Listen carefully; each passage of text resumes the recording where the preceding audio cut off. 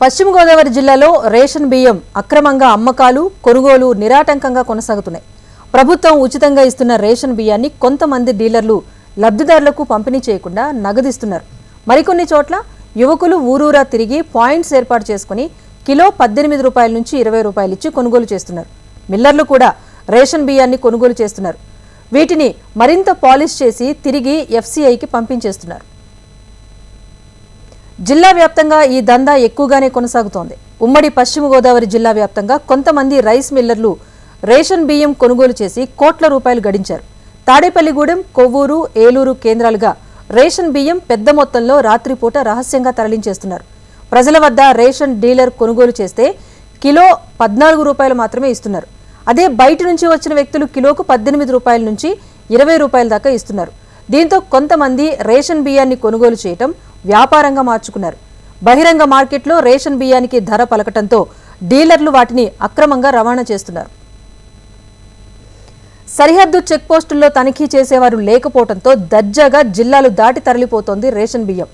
అధికారుల నుంచి సమాచారం వస్తే తప్ప తనిఖీలు చేయకపోవడంతో రేషన్ బియ్యం అక్రమ రవాణా కొనసాగుతూనే ఉంది. కొన్ని చోట్ల స్వార్థపరులైన అధికారులు అక్రమాలకు వత్తాసు పలుకుతున్నారు.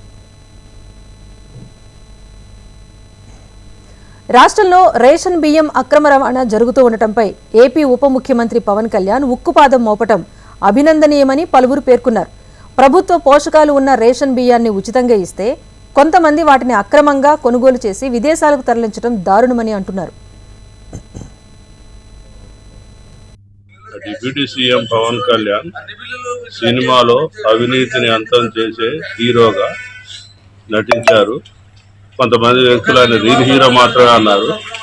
ఇప్పుడు నిజ జీవితంలో అతను పీడిఎస్ రైస్ను స్వతహా వెళ్ళి పట్టుకొని రియల్ హీరో అని నిరూపించారు. అలాంటి సీఎం దేశ చరిత్రలోనే ఎక్కడా లేడు. నేను డిప్యూటీ సీఎం పవన్ కళ్యాణ్ గారిని వేడుకున్నది ఏంటంటే, రాష్ట్రం మొత్తంలో పీడిఎస్ రైస్ పక్కదారి పడుతుంది. ఎన్నేళ్ల నుంచో వాటిని అరికట్టాలని నేను కోరుతున్నాను. రేషన్ బియ్యం అక్రమ రవాణాపైన దృష్టి సారించి నేరుగా రంగంలోకి దిగి రేషన్ బియ్యాన్ని అక్రమంగా తరలిస్తున్న ఓడను సీజ్ చేయించి అక్రమార్కులపై ఉక్కుపాదం మోపిన పవన్ కళ్యాణ్ అభినందనీయుడని ప్రజలు అంటున్నారు. రేషన్ బియ్యం కొనుగోలు చేసినా, అమ్మినా, తరలించినా కఠిన చర్యలు తీసుకోవాలని ప్రజలు కోరుతున్నారు. పవన్ కళ్యాణ్ గారు దేశ చరిత్రలో ఎన్నడూ లేని విధంగా ఉప ముఖ్యమంత్రి హోదాలో కాకినాడ పోర్టులో అక్రమంగా తరలిస్తున్న బియ్యాన్ని పట్టుకోవడం జరిగింది. ఈ యొక్క బియ్యం ప్రభుత్వం వారు పేదలకు ఆహార భద్రత కింద తక్కువ ధరకే బియ్యం అందిస్తున్నారు. ఈ యొక్క బియ్యంలో పోషకాలు సమృద్ధిగా ఉండటంతో పాటు ఫోర్టిఫైడ్ రైస్ పేదలకి అనుకూలంగా వస్తున్నాయి. ఈ యొక్క బియ్యాన్ని అక్రమంగా తక్కువ ధరకే పేదలు ఈ మధ్య అనేక రకాల ఆరోగ్య దృష్ట్యా కొంతమంది తినలేక 10 రూపాయలకే బియ్యం విక్రయిస్తున్నారు. ఇటువంటి బియ్యాన్ని దళాలు 10 రూపాయలకు కొని అధిక రేటుకి వెచ్చించి ఇతర దేశాల్లో 74 రూపాయల నుంచి 80 రూపాయలకు కొనుక్కునే అవకాశం కూడా మెండుగా కనిపిస్తుంది.